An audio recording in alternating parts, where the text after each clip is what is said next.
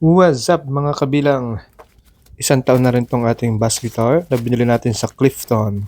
Kaya papalitan natin ng string. At syempre, Clifton guitars din. Iyan naman. At syempre, bago tayo nag-check out, nag-message muna tayo kay Tito Adrian to confirm kung ano ba magandang string para dito. Siya nga pala yung may-ari ng Clifton Guitars. So shout out Tito Adrian. What's up? At yan nga, kulay ginto ang bass ferrule. Kung ano man tawag dyan. String retainer. Yan. Kulay gold. At kapansin-pansin din na hindi gold yung nakakabit. Silver siya. At sakto lang sa sinabi niya na ordinary string lang ang nakakabit kapag bumibili ng bass guitar. So I'm assuming ganun din kapag bumibili ng electric guitar. Kasi hindi naman siya full setup. Basic setup lang talaga kapag bumibili. Kaya kung mapapansin nyo ito, na-loose na agad yung winding niya. Yan. Pero okay pa naman. Pero papalitan na talaga natin. Papalitan natin lahat kasi nagbabas din naman. Isa-set up na rin natin. Yan nga pala, napihit ko na rin yung truss rod ilang beses. Kasi nagbe-bend yung neck. So basic setup lang kasi talaga kapag binibili. So since papalitan na natin, isa-set up na natin ng ayos. Siyempre, linisin muna natin. At yung panlinis na yun, nabili ko lang din sa online sa Lazada. So yan. Maganda naman yung string na nabili natin. Napili ko yun sa mismo sa Lazada, sa kanilang online shop. At nag-confirm naman ako kay Tito Adrian kung magandang klaseng string yun. At sinabi naman niya na okay ang string na to. So hindi siya beginner na string. Tapos, pinili ko yung middle na tension para sakto lang sa ating bass guitar.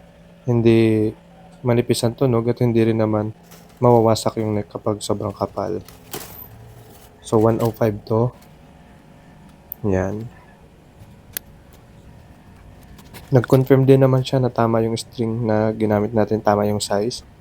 Mabait naman siya. At katunayan niya nung binili ko to, akala ko parang budol kasi naka-bend yung neck. Pero siya mismo yung nakausap ko. Sabi niya, subukan kong i-adjust ang truss rod. Kung masira, papalitan niya yung gitara. Kaya nagtiwala ako. At na-manage ko naman na adjust ko yung truss rod. Nag-lower yung action. At nagamit ko ng maayos kahit sa recording. Pero ngayon papalitan na natin ang string. I-adjust na rin natin lahat. Pati yung ating mga saddle. Para mas maganda. Siyempre, kailangan ng intonation. Pero hindi ko ito nakasaksak. Pag ginamit ko na lang, saka ko na lang uli pakikinggan ng maayos. Meron naman akong tuner na meron siyang custom na every fret pwede rin niyang ma-capture kung anong note in every fret.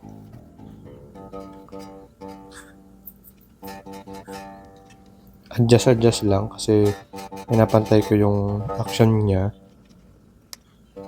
At pinapakinggan ko kung may buzz pa. Kasi yun talaga yung major issue ko ngayon, may buzz. Kaya kasabay ng pagpapalit, sinaset up ko na rin.